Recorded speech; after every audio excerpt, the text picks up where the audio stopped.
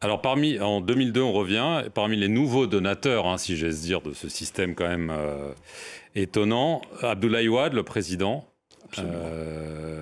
et Laurent Gbagbo, beaucoup plus étonnant, président de gauche. Il a avoué à sa sortie de prison de la Cour pénale internationale que vous et Dominique de Villepin, vous l'avez fait cracher au bassinet. Comment ça s'est passé? Laurent Gbagbo voulait s'attirer les bonnes grâces de la France. Je lui ai dit, tu sais Laurent, je vais être franc avec toi. Il va falloir que tu puisses contribuer, faire un geste pour M. Chirac. Et j'organise un déjeuner au restaurant La Pérouse. Il y avait Gbagbo dans un salon du restaurant La Pérouse, Gbagbo, Villepin et moi-même. Et là, je dis à Dominique de Villepin, je lui dis, Dominique, comme vous me l'avez demandé, je vais demander à Gbagbo devant vous d'aider le président de la République. Et j'ai demandé à Laurent, voilà ce que je t'ai laissé entendre, je vais le dire devant Dominique de Villepin, il va falloir que tu puisses aider à l'élection présidentielle de 2002. Et Laurent de dire, je suis de la famille socialiste, je suis un ami de M. Jospin, mais Dominique, j'aiderai à hauteur de 3 millions de dollars M. Chirac. Ce qu'il a fait? Ce qu'il a fait. Est-ce que vous considérez qu'il a été trahi par Jacques Chirac, par Dominique de Villepin, par la France plus largement? Monsieur Perelman, vous m'offrez l'opportunité de laver ma conscience. J'ai été l'acteur et le témoin de toutes les relations entre la France et la Côte d'Ivoire en ces heures troubles, difficiles. J'ai vu que Jacques Chirac et Dominique ont été d'une ingratitude à nul autre pareil.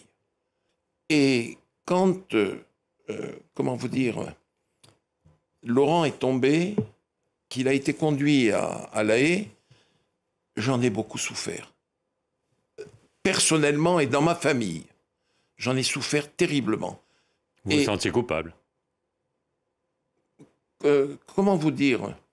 Oui. Complice. D'une trahison? D'une trahison.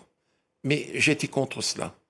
Les derniers moments de la présidence de Gbagbo, je les ai vécus avec Nicolas Sarkozy. Et là, les choses se sont compliquées. Les élections sont là. Et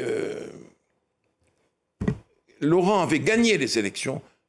Nous savons qu'il les avait gagnées. Comme Jean Ping les avait gagnées en 2016 à Libreville. Là, Gbagbo avait gagné les élections. Pas Ouattara. Pas Ouattara.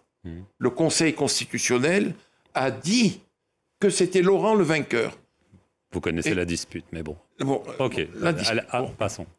Et le président Sarkozy me fait venir à l'Élysée et il me dit, il va falloir que tu appelles ton ami Gbagbo et que tu lui dises d'accepter de partir.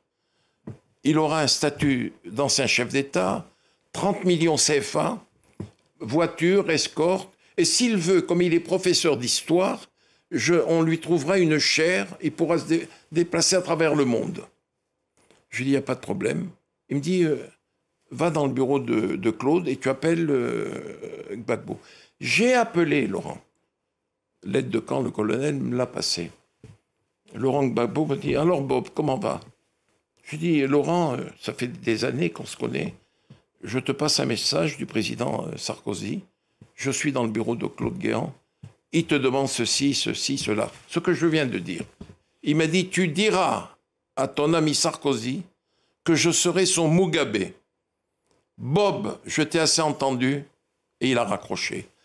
Et je suis allé dire à Sarkozy, il me dit, alors comment ça s'est passé? Je lui dis, bon, voilà comment ça s'est passé. J'en suis malheureux. Il a bondi de son fauteuil. Il dit, puisque c'est ça, je vais le vitrifier. Vitrifier. Vitrifier. Je lui dis, Nicolas, s'il te plaît, le Conseil constitutionnel a déclaré qu'il avait été élu. Il a dit, je vais le vitrifier, j'ai un mandat, et je vais le faire. Et le lendemain ou le surlendemain, Laurent était tombé, conduit comme nous l'avons vu et su à La Haye.